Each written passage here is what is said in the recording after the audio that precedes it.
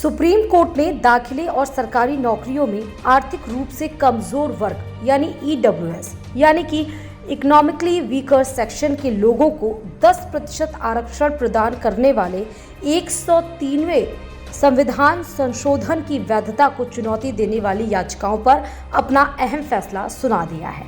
जी हां, supreme court ने EWS आरक्षण को बरकरार रखा है। कोर्ट ने इसे संविधान के खिलाफ नहीं बताया। 10% मिलता रहेगा। अब आरक्षण 50% से अधिक आरक्षण होने पर ईडब्ल्यूएस आरक्षण को सुप्रीम कोर्ट में चुनौती दी गई थी। सुप्रीम कोर्ट में इसे केंद्र सरकार की बड़ी जीत मानी जा रही है। सुप्रीम कोर्ट के इस आदेश के बाद अब सवर्णों को आर्थिक आधार पर 10% आरक्षण मिलता रहेगा। 3 जजों ने समर्थन में अपना फैसला सुनाया है। सुप्रीम कोर्ट की 5 जजों की बेंच ने संविधान के 103वें संशोधन अधिनियम 2019 की वैधता को बरकरार रखा, जिसमें सामान्य वर्ग के लिए 10% ईडब्ल्यूएस आरक्षण प्रदान किया गया। 5 में से 3 जजों ने अधिनियम को बरकरार रखने के पक्ष में अपना फैसला सुनाया, जबकि 2 जजों ने इस पर असहमति जताई।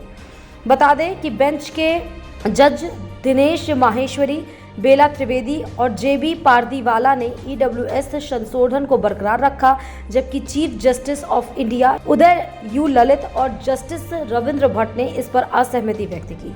ईडब्ल्यूएस संशोधन को बरकरार रखने के पक्ष में निर्णय 3-2 के अनुपात में हुआ है।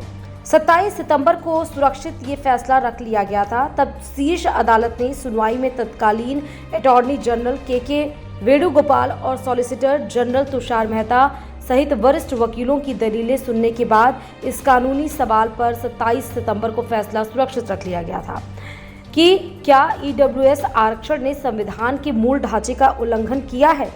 शिक्षाविद मोहन गोपाल ने इस मामले में 13 सितंबर को पीठ के समक्ष दलीलें रखी थी। ईडब्ल्यूएस कोटा संशोधन का विरोध करते हुए उन्होंने इसे पिछले दरवाजे से आरक्षण की अवधारणा को नष्ट करने का प्रयास बताया था। पीठ में justice Dinesh Maheshwari, justice S Ravindra Bhat, justice Bela M Trivedi और जस्टिस जेबी पारदीवाला भी शामिल थे। अब किसने क्या दलीलें दी वो आपको बताते हैं। दरअसल तमिलनाडु की तरफ से पेश वरिष्ठ वकील शेखर नफाड़े ने ईडब्ल्यूएस कोटा का विरोध करते हुए कहा था कि आर्थिक मानदंड वर्गीकरण का आधार नहीं हो सकता है। शीर्ष अदालत को इंदिरा साहनी मंडल फैसले पर फिर से विचार करना होगा यदि वह इस आरक्षण को बनाए रखने का फैसला करता है। दूसरी ओर तत्कालीन अटॉर्नी जनरल और सॉलिसिटर जनरल ने संशोधन का पुरजोर बचाव करते हुए कहा था कि इसके तहत प्रदान किया गया आरक्षण अलग है। उन्होंने कहा था कि सामाजिक और आर्थिक रूप से पिछड़े वर्गों के लिए 50% कोटा से छेड़छाड़ किए बिना दिया गया। उन्होंने कहा था कि इसलिए संशोधन प्रावधान संविधान के मूल ढांचे का उल्लंघन नहीं करता है।